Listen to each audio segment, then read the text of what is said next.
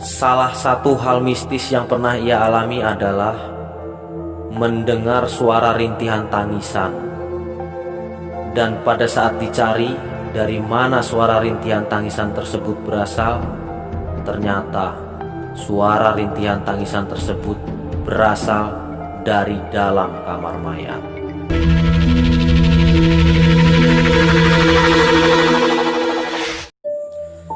Assalamualaikum warahmatullahi wabarakatuh.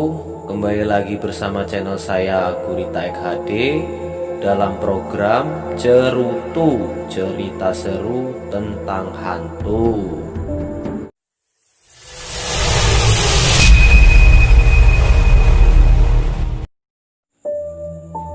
Di dunia ini banyak sekali jenis pekerjaan dan memiliki tantangan masing-masing. Tetapi ada salah satu pekerjaan yang tidak sembarangan orang dapat melakukannya. Pekerjaan itu harus memiliki keberanian yang besar dan iman yang kuat. Dan pekerjaan itu adalah seorang penjaga kamar mayat. Menjalani profesi sebagai penjaga kamar mayat memang harus mempunyai keberanian yang besar dan iman yang kuat. Karena tidak bisa dipungkiri jika banyak kisah mistis yang bisa saja terjadi pada mereka. Nah, seperti apakah pengalaman seramnya? Berikut kisahnya akan saya ceritakan.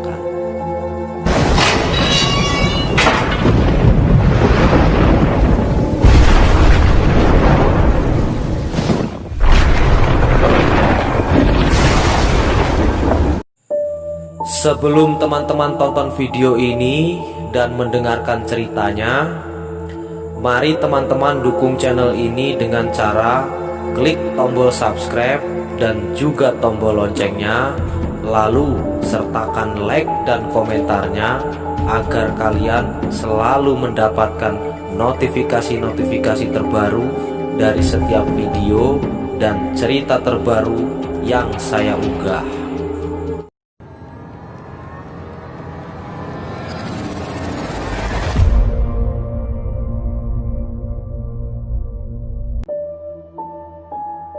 Di sini saya akan menceritakan pengalaman mistis yang dialami oleh seorang penjaga kamar mayat yang bertugas di salah satu rumah sakit yang masih berada di daerah saya.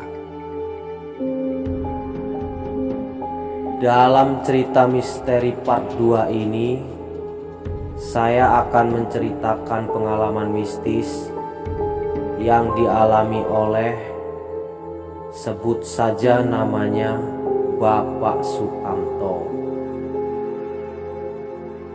Bapak Sukamto adalah seorang staf kamar mayat yang bekerja di rumah sakit tersebut. Bapak Sukamto telah bekerja sebagai penjaga kamar mayat selama 28 tahun. Dan beberapa cerita misteri pun pernah dialaminya. Salah satu pengalaman mistis yang pernah ia alami selama menjadi petugas penjaga kamar mayat adalah mendengar suara tangisan di dalam kamar mayat.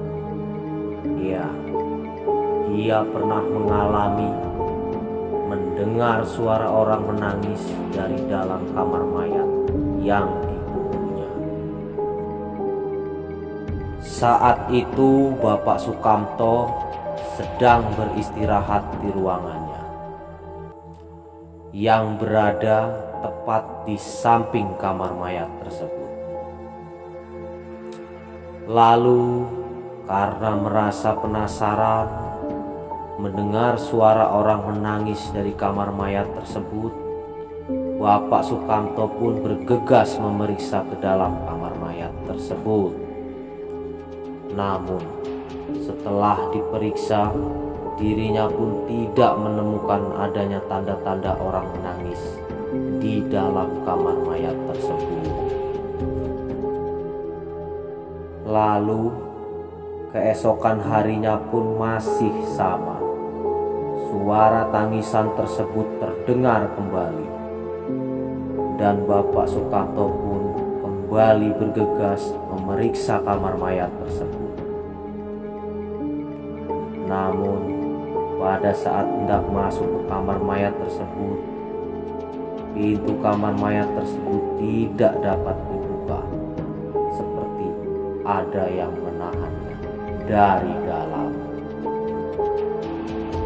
Bapak Sukamto pun tidak tahu siapa dan apa yang menahan pintu kamar mayat tersebut sehingga tidak dapat dibuka. Dan pengalaman mistis lainnya yang pernah dialami oleh Bapak Sukamto ialah pintu ruangan tempat ia beristirahat yang bersebelahan persis dengan kamar mayat ada yang mengetuk seperti orang dari luar. Namun pada saat pintu dibuka, tidak ada seorang pun yang terlihat. Tidak ada siapa-siapa di situ selain Bapak Sukamto. Bersamaan dengan itu pun, Bapak Sukamto mencium aroma bunga kantil. Pengalaman mistis lainnya yang pernah dialami oleh Bapak Sukamto adalah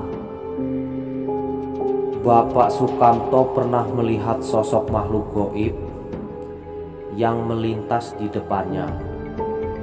Waktu itu kira-kira menjelang maghrib, dan pada saat itu pun posisi hujan gerimis.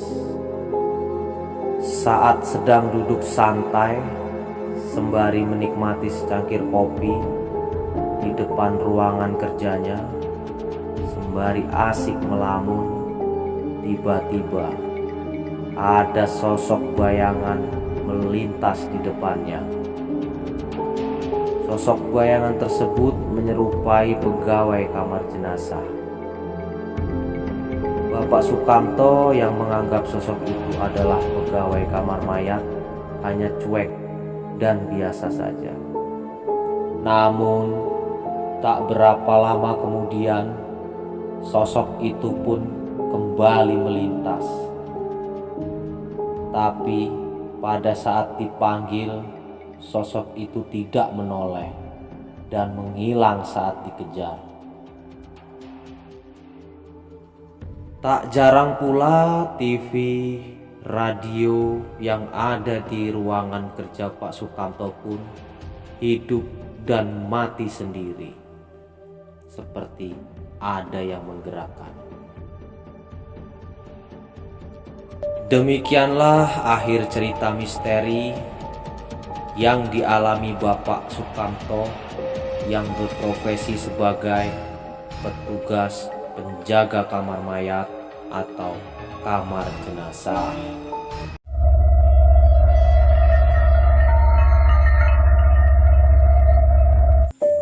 Terima kasih buat teman-teman yang udah nonton dan mendengarkan cerita misteri ini.